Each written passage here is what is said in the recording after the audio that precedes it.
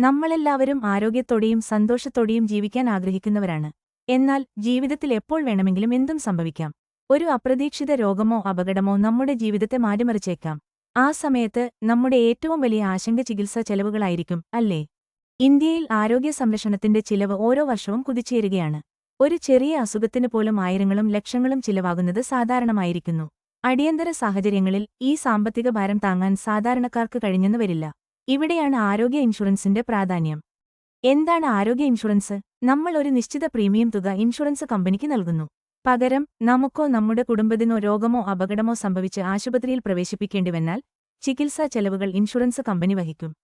ഇത് നിങ്ങളുടെ സാമ്പത്തിക സുരക്ഷിതത്വം ഉറപ്പാക്കുന്നു.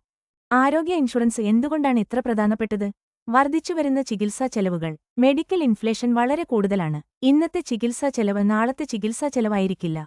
ഒരു ഹൃദയാഘാതത്തിനോ ക്യാൻസർ ചികിത്സക്കോ അല്ലെങ്കിൽ ഒരു പ്രധാന ശസ്ത്രക്രിയക്കോ ലക്ഷങ്ങൾ ചിലവാകും. ഇൻഷുറൻസ് ഇല്ലാത്ത ഒരാൾക്ക് ഇത് വലിയ സാമ്പത്തിക പ്രതിസന്ധി സൃഷ്ടിക്കും. കാഷ്ലെസ് ചികിത്സാ സൗകര്യം. മിക്ക ഇൻഷുറൻസ് പോളിസികളും കാഷ്ലെസ് ചികിത്സാ സൗകര്യം നൽകുന്നുണ്ട്. അതായത് എംപാനൽഡ് ആശുപത്രികളിൽ ചികിത്സ തേടുമ്പോൾ നിങ്ങൾ നേരിട്ട് പണം അടയ്ക്കേണ്ടതില്ല. ഇൻഷുറൻസ് കമ്പനി നേരിട്ട് ആശുപത്രിയിലേക്ക് ബിൽ അടയ്ക്കും. ഇത് അടിയന്തര ഘട്ടങ്ങളിൽ വലിയ ആശ്വാസമാണ്. മനസ്സമാധാനം. ഒരു അസുഖം വരുമ്പോൾ രോഗത്തെക്കുറിച്ചും ചികിത്സയെക്കുറിച്ചും മാത്രം ചിന്തിച്ചാൽ മതി. പണത്തെക്കുറിച്ച് ആശങ്കപ്പെടാതെ ചികിത്സ ലഭിക്കുന്നത് വലിയൊരു ആശ്വാസമാണ്. ആരോഗ്യ ഇൻഷുറൻസ് നിങ്ങൾക്ക് ഈ മനസ്സമാധാനം നൽകുന്നു. എല്ലാ പ്രായക്കാർക്കും ആവശ്യം. ചെറുപ്പത്തിൽ ആരോഗ്യം മികച്ചതായിരിക്കുമെങ്കിലും അപ്രതീക്ഷിതമായി രോഗങ്ങൾ വരാം. പ്രായം കൂടുന്തോറും രോഗസാധ്യതകളും കൂടുന്നു. ചെറുപ്പത്തിൽ തന്നെ ഇൻഷുറൻസ് എടുക്കുന്നത് കുറഞ്ഞ പ്രീമിയത്തിൽ കൂടുതൽ കവറേജ് ലഭിക്കാൻ സഹായിക്കും. മാതാപിതാക്കൾക്ക് പ്രത്യേക ഇൻഷുറൻസ് പ്ലാനുകളും ലഭ്യമാണ്. Post hospitalisation coverage. ആശുപത്രി വിട്ടതിനു ശേഷമുള്ള മരുന്നുകൾ, പരിശോധനകൾ, ഫോളോ അപ്പ് കൺസൾട്ടേഷനുകൾ എന്നിവയുടെ ചിലവുകളും പല ഇൻഷുറൻസ് പ്ലാനുകളും കവർ ചെയ്യുന്നുണ്ട്.